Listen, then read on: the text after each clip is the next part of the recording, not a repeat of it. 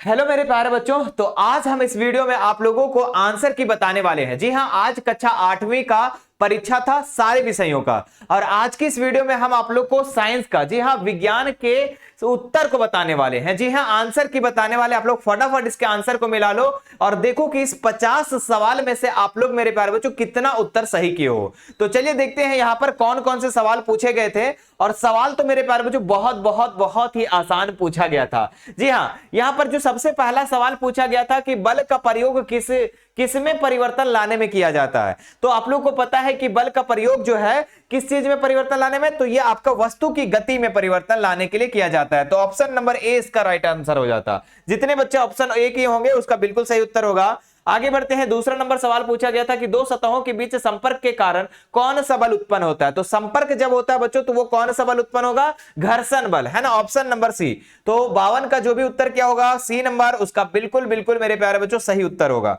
आगे बढ़ते हैं। 53 नंबर क्वेश्चन में जो पूछा गया था, हमारे चारों ओर वायु को के आवरण को क्या कहते हैं। तो हमारे चारों ओर वायु के आवरण जो होता है बच्चों उसको हम वायुमंडल कहेंगे। क्या कहेंगे बच्चों? वायुमंडल कहेंगे। ऑप्शन नंबर ए इसका राइट आंसर हो जाएगा, है ना। एटमॉस्फेयर कहेंगे बच्चों। अगला देखिए, यहां पर 54 नंबर में पूछा गया था कि वस्तुएं पृथ्वी की ओर आकर्षित होती है उसे कौन सा बल कहते हैं। तो कोई भी वस्तु बच्चों पृथ्वी की ओर आकर्षित होती है, जैसे कि सेब गिरता है तो नीचे चला जाता है, मतलब कोई भी चीज पृथ्वी की ओर आकर्षित करती है इसको हम लोग गुरुत्व बल कहते हैं, गुरुत्वाकर्षण बल। ऑप्शन नंबर ए इसका राइट आंसर हो जाता। आगे बढ़ते हैं। यहां पर दूसरा सवाल कि किसी वस्तु पर लगाए गए बल द्वारा क्या बदला नहीं जा सकता है ना। तो दूरी को, चाल को, वेग को, दिशा को। तो बच्चों चाल को भी बदल सकता है, वेग को भी, दिशा को भी। तो दूरी इसका राइट आंसर हो जाता है ऑप्शन नंबर ए, है ना। दूरी को नहीं बदला जा सकता है, डिस्टेंस को।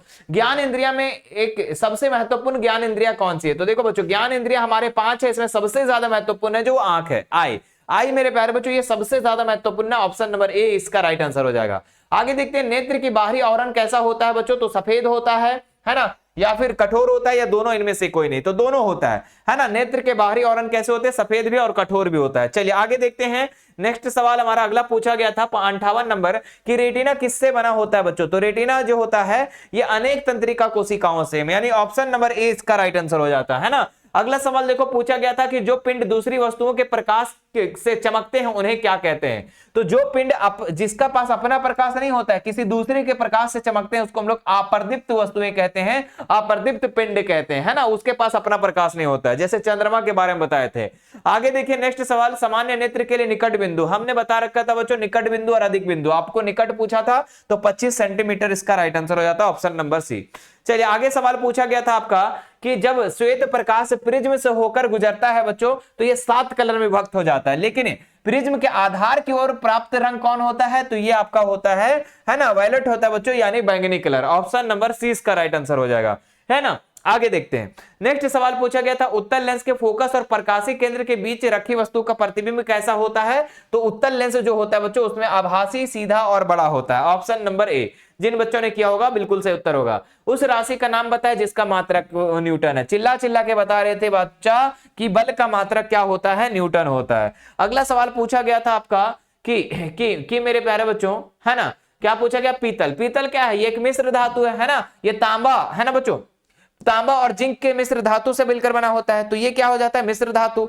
तांबा और जिंक के धातु से दोनों धातु मिलकर के पीतल बनता है बच्चों, है ना। आगे देखते हैं, है ना। कमरे के ताप पर द्रवावस्था में पाया जाता है, सभी बच्चों को मालूम होगा, है ना। क्या बताए थे बच्चों? पारा होता है, ऑप्शन नंबर ए। आगे बढ़ते हैं। नेक्स्ट सवाल पूछा गया था आपका, धात्विक ऑक्साइड कैसे होते हैं। तो धात्विक ऑक्साइड जो होते हैं वो क्षारीय प्रकृति के होते हैं। किस प्रकृति के होते हैं? क्षारीय प्रकृति के होते हैं। अगला सवाल आपका 67 पूछा गया था, सबसे अधिक सक्रिय धातु क्या है। तो सबसे ज्यादा सक्रिय धातु जो है ये पोटेशियम हो गया, सोडियम हो गया। बोले थे ना सबसे ज्यादा विक्रियाशील है पोटेशियम, सोडियम है, कैल्शियम। तो ऑप्शन नंबर ए इसका राइट आंसर हो जाएगा। सबसे कम आपका सोना होता था। आगे देखो, विद्युत घंटी किस प्रभाव के कार्य करते बच्चों। तो ये आपका गुरुत्वीय प्रभाव। ऑप्शन नंबर सी इसका राइट आंसर हो जाता।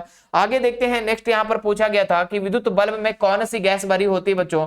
तो विद्युत बल्ब में जो है ये निष्क्रिय गैस भरी होती है, ऑप्शन नंबर सी। आगे बढ़ते हैं, नेक्स्ट सवाल पूछा गया था चुंबकीय क्षेत्र का एसआई मात्रक क्या होता है? तो चुंबकीय क्षेत्र का एसआई मात्रक जो होता है वो टेस्ला होता है। क्या होता है? Tesla, option number B. आगे बढ़ते हैं, नेक्स्ट सवाल पूछा गया था आपका कि विद्युत विद्युत चुंबकीय प्रेरण की खोज किसने किया था, है ना? विद्युत चुंबकीय प्रेरण की खोज जो है ये फेराडे भैया किए थे, ऑप्शन नंबर ए इसका राइट आंसर हो जाता है। आगे बढ़ते हैं, यहाँ पर नेक्स्ट पूछा गया था पृथ्वी का विभव होता है, तो पृथ्वी का विभव जो होता है वो 0 होता है, ऑप्शन नंबर सी। जिन बच्चों ने किया होगा उसका बिल्कुल सही होगा। आगे देखते हैं नेक्स्ट सवाल, कौन विद्युत धारा बहुत कम प्रवाहित होने पर भी दीप्त होता है? तो ये एलईडी बच्चों, ये जो विद्युत धारा पर बहुत ही कम प्रवाहित होने पर भी क्या हो जाता है? ये दीप्त हो जाता है ना। एलईडी जो होता है ना, मतलब कि बहुत ही कम वोल्टेज में बच्चों ये जल जाता है। आगे देखते हैं, कौन सी धातु में विद्युत का चालन करती है? तांबा, एल्युमिनियम, दोनों करता है भाई, है ना। दोनों क्या है बच्चों? दोनों धातु है, और धातुएं क्या करती है? विद्युत का सुचालक होती है। तो वो पदार्थ जो अपने से होकर विद्युत धारा प्रवाहित होने देते हैं उसे विद्युत का क्या कहते हैं? सुचालक कहते हैं, है ना। अपने से होकर प्रवाहित होने वाली धारा को हम क्या कहते हैं? विद्युत सुचालक कहते हैं। अगला सवाल पूछा गया था बैलों को गाड़ी से खींचना किस बल का उदाहरण है बच्चों? तो ये पेशीय बल, बता चुके थे ना, है ना, पेशीय बल बच्चों, है ना, ऑप्शन नंबर ए, है ना। चलिए आगे देखते हैं, यहां पर नेक्स्ट पूछा गया था दरवाजे को धक्का देना कैसा बल है बच्चों? देखो, खींचना तो अभिकर्षण बताए थे, और आपका धक्का देना बच्चों अपकर्षण बल बताए थे, है ना। धक्का देना क्या बताए थे? अपकर्षण बल। आगे बढ़ते हैं, नेक्स्ट यहां पर पूछा गया था पृथ्वी की सतह पर ऊंचाई के बढ़ने से आप वायुमंडल क्या हो जाता है बच्चों? घट जाता है, ठीक है, ऑप्शन नंबर ए हो जाता। आगे बढ़ते हैं नेक्स्ट सवाल पर, है ना। हाँ, यहां पर देखो बच्चों क्या है, पौधे व जंतुओं कहां पाए जाते हैं? तो पौधे और जंतु जो पाया जाता है बच्चों, ये जंगल में पाया जाता है, पानी में भी, यानी कि ए और बी दोनों, ऑप्शन नंबर डी इसका राइट आंसर हो जाता। आगे देखिए, यहाँ पर प्रति इकाई क्षेत्रफल पर लगने वाले बल को क्या कहते हैं? तो इसको हम दाब कहते हैं, है ना। प्रति इकाई क्षेत्रफल पर लगने वाले बल को दाब कहते हैं, और दाब का मात्रक भी बता चुके थे पास्कल, है ना, खैर नहीं पूछा। आगे देखते हैं, कोशिकाओं के समूह का निर्माण क्या कहता है बच्चों? आपको बताए थे, कल ही बताए थे रात में, कि बहुत सारे कोशिकाओं मिलकर उत्तक बनता है, बहुत सारे उत्तक मिलकर के अंग बनता है, बहुत सारे अंग मिलकर अंगतंत्र बनता है, ठीक है। तो बहुत सारे कोशिका जो समूह होता है बच्चों, उसको हम लोग उत्तक कहते हैं, टिश्यू कहते हैं, ठीक है। ग्रुप ऑफ सेल को क्या कहते हैं? टिश्यू कहते हैं, है ना। निम्न में से सबसे बड़ी कोशिका बच्चों शुतुरमुर्ग का अंडा होता है, शुतुरमुर्ग का अंडा, ऑप्शन नंबर सी, है ना। चलिए अगला सवाल पूछा गया था आपका कि कोशिका का क्या अर्थ होता है बच्चा? तो कोशिका का जो अर्थ होता है, ये क्षुद्रतम जीवित अंश होता है बच्चों, है ना। चलिए अगला देखते हैं, यहाँ पर नेक्स्ट पूछा गया जंतु कोशिका में नहीं पाए जाते, तो जंतु कोशिका में प्लासिड्स नहीं पाया जाता, ऑप्शन नंबर 20 का राइट आंसर हो जाता। आगे देखिए, कोशिका कितने प्रकार की होती है? 2 प्रकार की, यूकैरियोटिक और पैराकैरियोटिक होती है ना। नेक्स्ट पूछा गया था, बोलो, बताए थे ना, कोशिका सजीव में आनुवांशिक गुणों का वाहक बच्चों जीन होता है ना, सबसे लॉलीपॉप सवाल। आगे देखिए, यहाँ पर नेक्स्ट पूछा गया था आपका कि सूक्ष्म जीव का प्रकार क्या है? तो सूक्ष्म जीव का जो प्रकार है बच्चों, यहाँ पर विषाणु, जीवाणु, कवक, इनमें से सभी, तो ये सभी हो जाएगा, सभी सूक्ष्म जीव के अंतर्गत आ जाएंगे। आगे देखते हैं, यहाँ पर खाद्य परीक्षण की विधि है, तो खाद्य परीक्षण हम लोग बच्चों यहाँ पर शीतलन के द्वारा भी करते हैं, परिरक्षण और परिष्कृतकरण भी करते हैं, निर्जलीकरण के बगैर, है ना। यानी ऑप्शन नंबर डी इसका राइट आंसर होता है, इनमें से सभी, है ना। पॉलीथीन पैकेट में आने वाला दूध, बोलो, बता चुके थे, दूध में खराब होने से बचाने के लिए बच्चों पाश्चुरीकरण कहते हैं, क्या कह रहे थे, है ना, पाश्चुरीकरण। अगला देखिए, नेक्स्ट सवाल पूछा गया था आपका मानव रोग में विषाणु के कारण उत्पन्न रोग क्या होता है? तो इन्फ्लुएंजा होता है बच्चों। चलिए आगे बढ़ते हैं, नेक्स्ट क्वेश्चन पूछा गया था आपका कि परपोषी, है ना, परपोषी की कोशिकाओं के भीतर मौजूद रोग जनक सूक्ष्म जीव किन औषधियों से मर जाते हैं? तो ये प्रतिजैविक, है ना बच्चों, प्रतिजैविक के कारण ये मर जाते हैं, है ना। चलिए याद रखिएगा, क्या है, क्वेश्चन तो खत्म हो गया, ठीक है। वैसे बच्चों आप 9th में आप लोग को गर्दा उड़ाना है ना, 8 में तो गर्दा उड़ा ही दिए हो, है ना। पेनिसिलिन प्रतिजैविक के कौन खोज किया था बच्चों? तो ये किया था एलेक्जेंडर फ्लेमिंग। कब किया था? 1928 में किया था। बोलो, बताए थे कि नहीं बताए थे? चलो आगे बढ़ते हैं, नेक्स्ट क्वेश्चन पूछा गया था यहाँ पर कि निम्न में से कौन जंतु जरायुज है जो शिशु को जन्म देता है? शिशु को कौन जन्म देता है? मनुष्य देता है ना। कौन देता है? मनुष्य देता है। अंडपराजक अंडा देता है। चलिए अगला क्वेश्चन पूछा गया था सामान्य स्थिति में बाह्य निषेचन किस में होता है? तो सामान्य स्थिति में मेंढक में बाह्य निषेचन होता है, ऑप्शन नंबर ए इसका राइट आंसर हो जाता। आगे बढ़ते हैं, 95 नंबर सवाल पूछा गया था बच्चों वृषण द्वारा उत्पन्न युग्मक को क्या कहते हैं? तो वृषण से क्या निकलता है? शुक्राणु, है ना, ये आपको बता चुके थे। और बच्चों अंडाणु से क्या निकलता, ये अंडाशय से क्या निकलता है? अंडाणु, ये सभी बच्चों को मालूम होगा। आगे देखते हैं नेक्स्ट क्वेश्चन पूछा गया था अलैंगिक जनन में कितने जीवों की आवश्यकता होती है, तो इसमें एक ही जीव की, है ना, और लैंगिक में 2 की जरूरत पड़ती है ना। ऑप्शन नंबर 1 इसका राइट आंसर हो जाता है 96 नंबर का। आगे क्वेश्चन पूछा गया था बच्चा कि मुकुलन द्वारा जनन निम्न में से किसमें होता है, तो मुकुलन द्वारा जनन जो होता है ये हाइड्रा में होता है। ऑप्शन नंबर ए इसका राइट आंसर हो जाता है। चलिए आगे जो क्वेश्चन पूछा गया था माइटोकॉन्ड्रिया किसमें अनुपस्थित होता है बच्चों, तो ये आपका अगर मैं देखूं यहाँ पर इष्ट में, कवक में, जीवाणु में, हरे सवाल में, तो जीवाणु में हो जाता। ठीक है, तो अभी तक मेरे प्यारे बच्चों यहाँ पर हमने 48 सवालों को मिला लिया है। उम्मीद करते हैं कि आप लोग यहाँ पर मिला लिए होंगे। अब 2 सवाल और बच्चे में, इसको भी मिला लेते हैं फटाफट। क्या है, पराकैरियोटिक कोशिका में, पराकैरियोटिक कोशिका में निम्नलिखित में से कौन नहीं होता है, तो यहां पर बच्चों क्या नहीं होता, पराकैरियोटिक कोशिका में यहां पर केंद्रक नहीं होता है, न्यूक्लियस नहीं होता। ऑप्शन नंबर सी, है ना, यूकैरियोटिक में होता है, पराकैरियोटिक में नहीं होता। चलिए अब लास्ट सवाल मिला लेते हैं। क्या है, सेलुलोज भित्ति किसके सेलों में पाई जाती है, तो ये डियर पौधे के सेलों में पाई जाती है ना, तो ऑप्शन नंबर डी।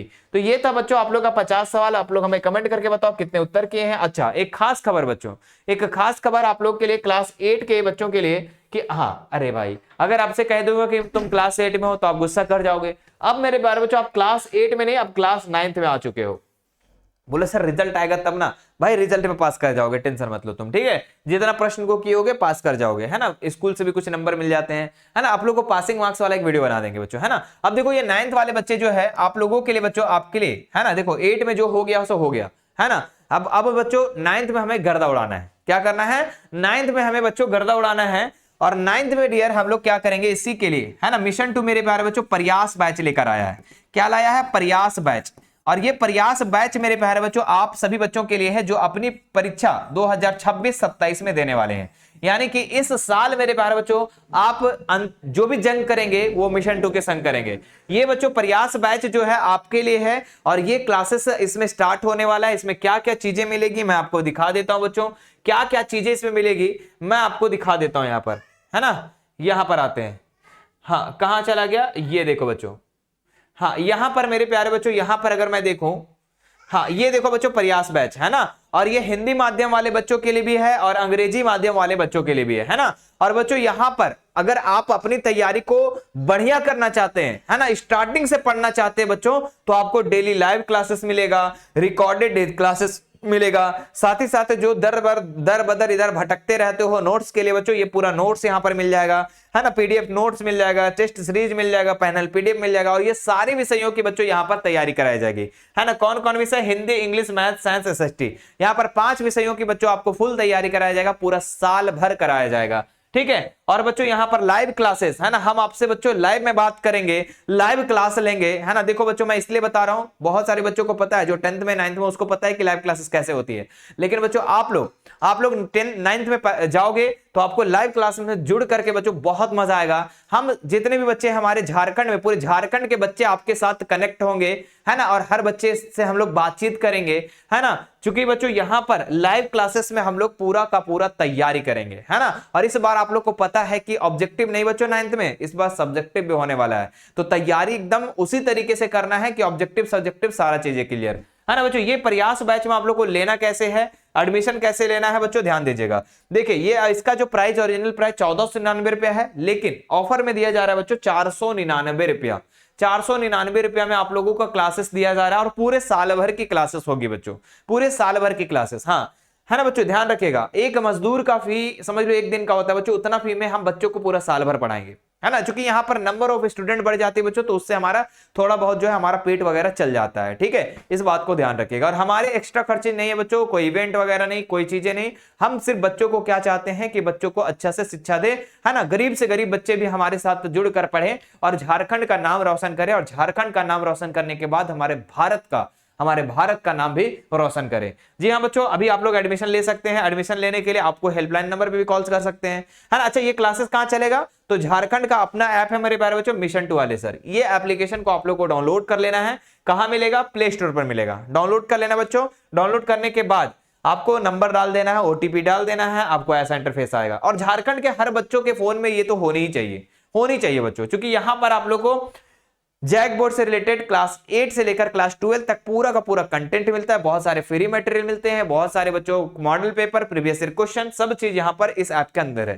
ठीक है, यहां पर लाइव क्लासेस में ज्वाइन करने के लिए बच्चों लाइव कोर्सेज पे क्लिक करेंगे और आप लोग यहां पर लाइव कोर्सेज देखने को मिलेगा। अगर हिंदी माध्यम से होंगे तो प्रयास बैच हिंदी माध्यम को चूज कीजिएगा, इंग्लिश माध्यम से होंगे तो प्रयास बैच इंग्लिश माध्यम में, है ना। कोई भी दिक्कत होगा ना बच्चों, उसके बाद बाय नाउ का ऑप्शन आएगा, क्लिक करेंगे, आपके पास पेमेंट करने के लिए ऑप्शन देगा, है ना, तो वहां पर आप लोग को पेमेंट कर सकते हैं बच्चों। ठीक है, क्यूआर कोड से भी कर सकते हैं। आप सोचते हो ना बार बार कि सर हम कैसे पेमेंट करें, कैसे पेमेंट करें सर, हमारे पास क्यूआर कोड, अरे भाई तुम अपने भाई का फोन या फिर पापा का फोन, मम्मी का फोन से भी आप स्कैन करके पेमेंट कर सकते हो। उसके बाद बच्चों आप ज्वाइन कर जाओगे और हम पूरे मिशन टू फैमिली के साथ जुड़ जाओगे, है ना। जुड़ने के बाद बच्चों हम लोग डेली लाइव क्लासेस करेंगे और अपनी पढ़ाई को चार चांद लगाएंगे। ठीक है, कोई भी दिक्कत है हेल्पलाइन नंबर पे आप लोग कॉल कर सकते हैं। चलिए फिर बच्चों फिर मिलते हैं आप लोगों से, और सारे विषयों का आंसर की अपलोड कर दिया गया है, आप जरूर मिला लेंगे। हाँ, और इस बार बच्चों गवाना नहीं है, 9th में गर्दा उड़ाना है। फिर मिलते हैं बच्चों आपके साथ हम लाइव क्लास में प्रयास बैच के अंदर। धन्यवाद।